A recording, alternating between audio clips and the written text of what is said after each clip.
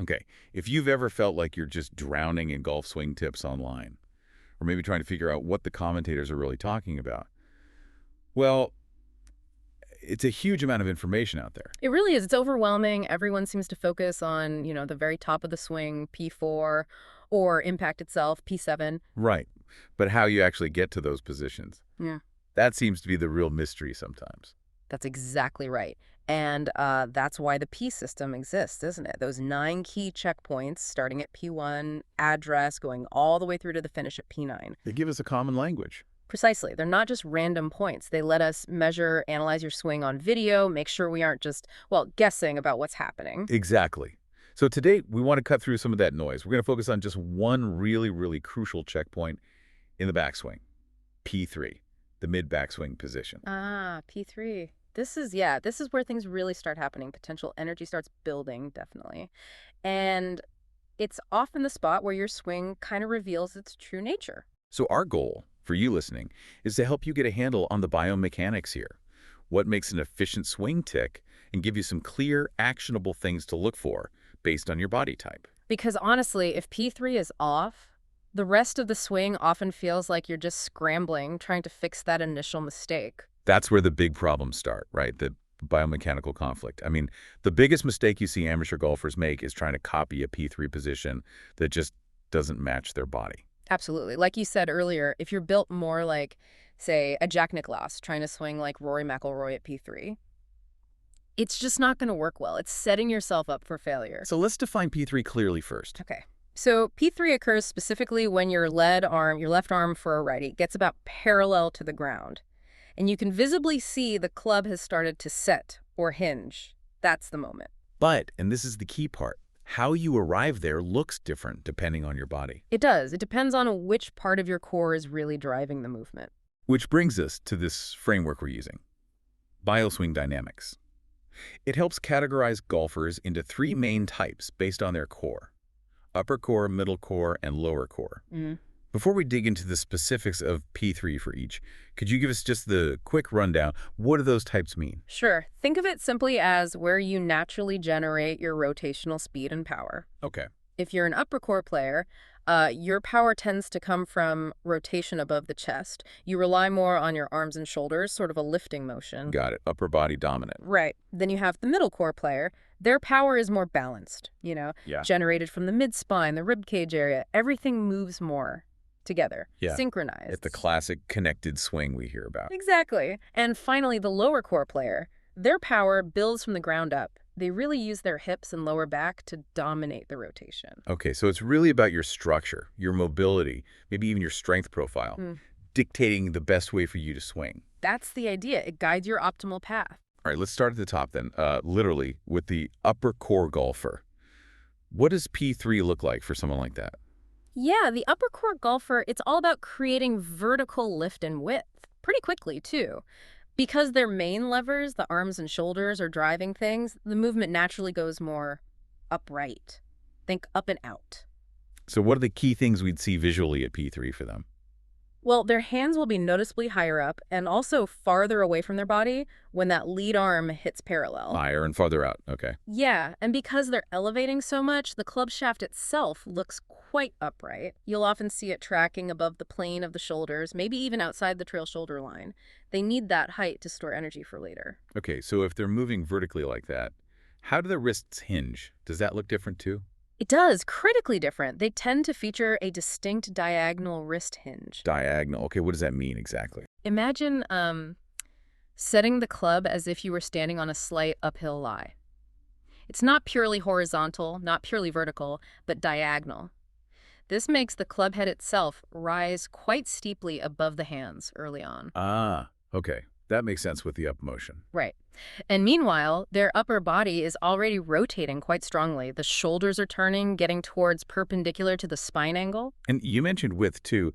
The trail arm must be doing something specific to create that space. It really is. The trail arm, the right arm for a righty, folds quite a bit. And importantly, the right elbow moves clearly behind the torso. Behind the seam line of the shirt, maybe? Yeah, that kind of visual, that separation creates the width and the lift that really defines their P3. They're going for a big shoulder coil, helped by that wide arm structure. And the lower body. What's its role in all this lifting and turning? Just staying stable? Pretty much. It's kind of the quiet partner at this stage. It allows the upper body to max out its coil. So you see relatively minimal pelvic rotation right here at P3. The hips stay fairly centered, letting them delay that big rotation for the downswing. So upper core P3, high hands, wide arms, diagonal hinge, lots of shoulder turn, quiet lower body, sets up that powerful sort of top-down hit. You got it. That's the essence. Now here's the practical bit.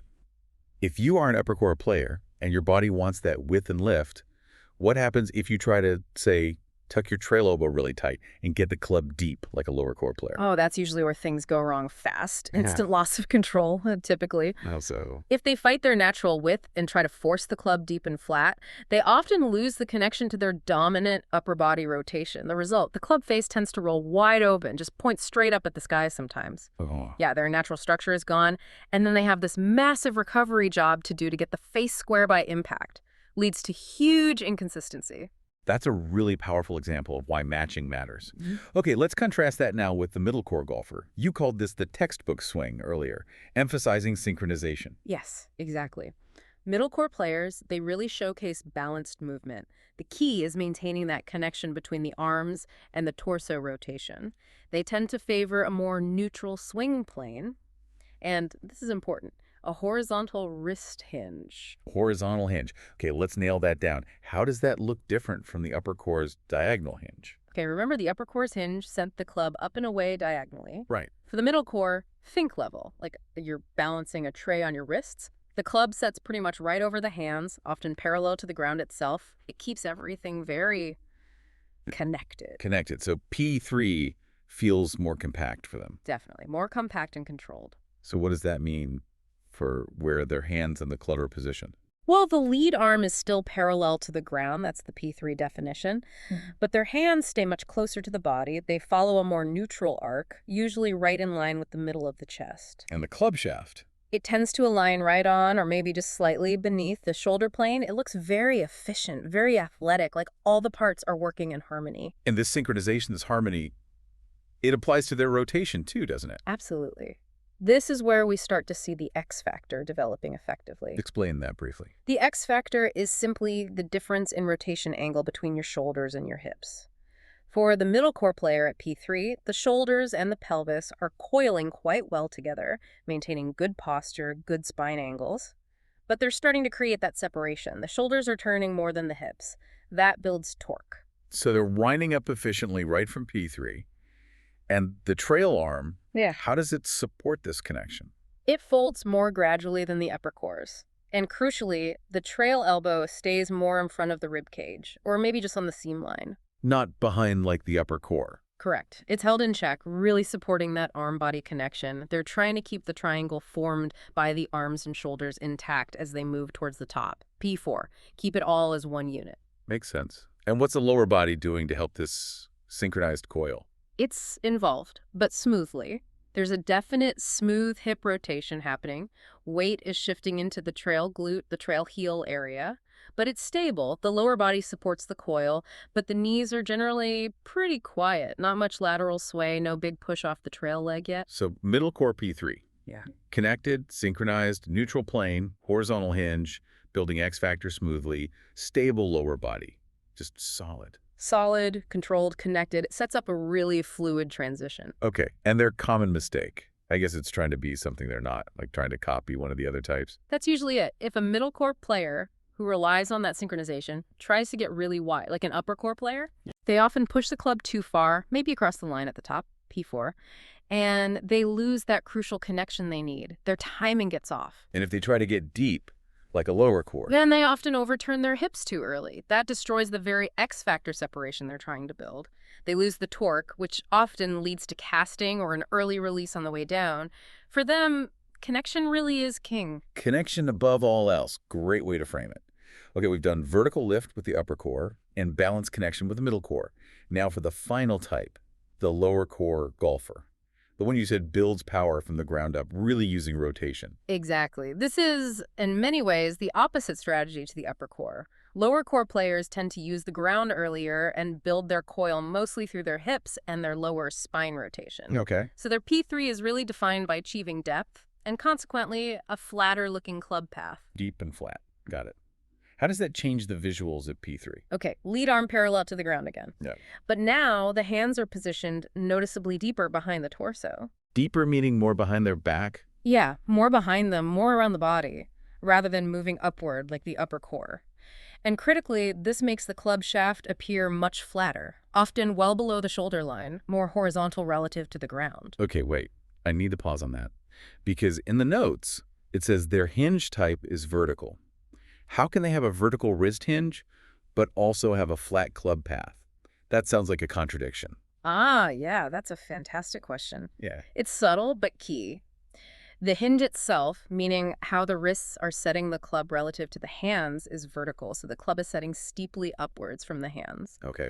But because the hands themselves have traveled so deeply around the body on a flatter arc, that vertical hinge action makes the overall club position look flat relative to the target line or the ground. Ah, I think I get it. It's Yeah. like the deep hand path pulls that vertical hinge to a flatter overall position. Exactly. Think of an airplane landing.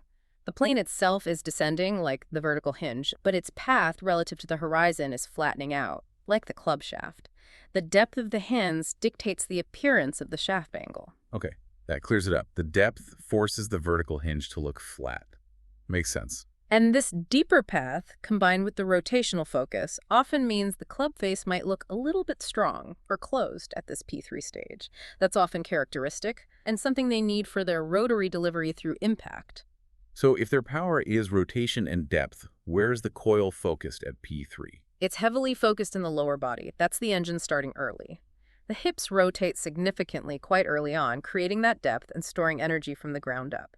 You'll see weight loaded strongly into the trail heel and the trail hip. And the upper body.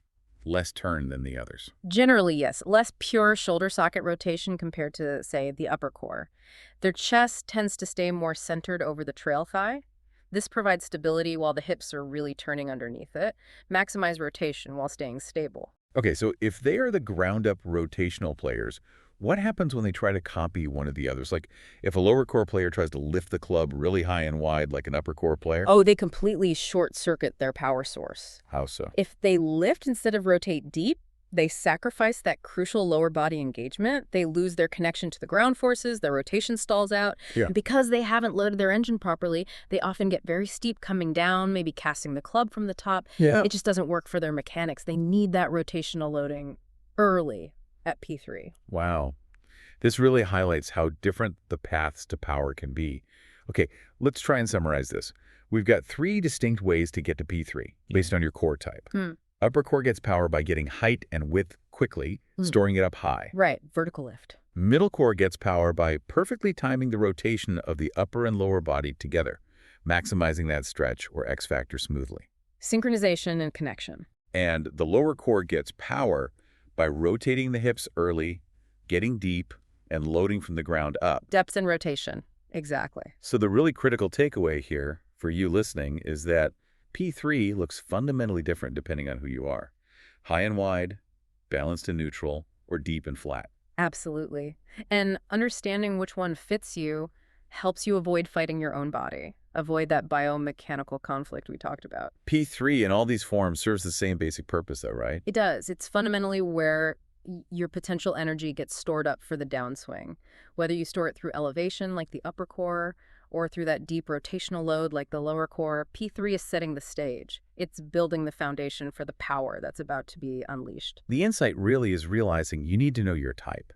Trying to force a textbook middle core P3 when you're actually built to rotate like a lower core player, that's just asking for trouble. Correct. P3 is kind of where you confirm, okay, this is my strategy and I'm executing it. It validates your approach to building energy. Fantastic breakdown. Okay, so we've defined how these different players set up their potential energy at P3.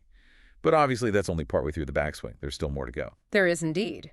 The next major position is P4, the very top of the backswing, the peak of the pullback, you could say. Right. We've seen how these 3 quite different core types establish their potential energy store at P3. But what does reaching maximum stored energy look like for each of them? Yeah, how do these fundamentally different P3 positions actually transition into their unique P4, their fully coiled peak? That transition from P3 to P4 and what P4 looks like for each type? Well, that's the next piece of the puzzle, isn't it? How do you maximize that stored power right before you change direction? That is definitely the crucial next question. Something for you all to think about, maybe look at on video until our next deep dive. We'll see you then.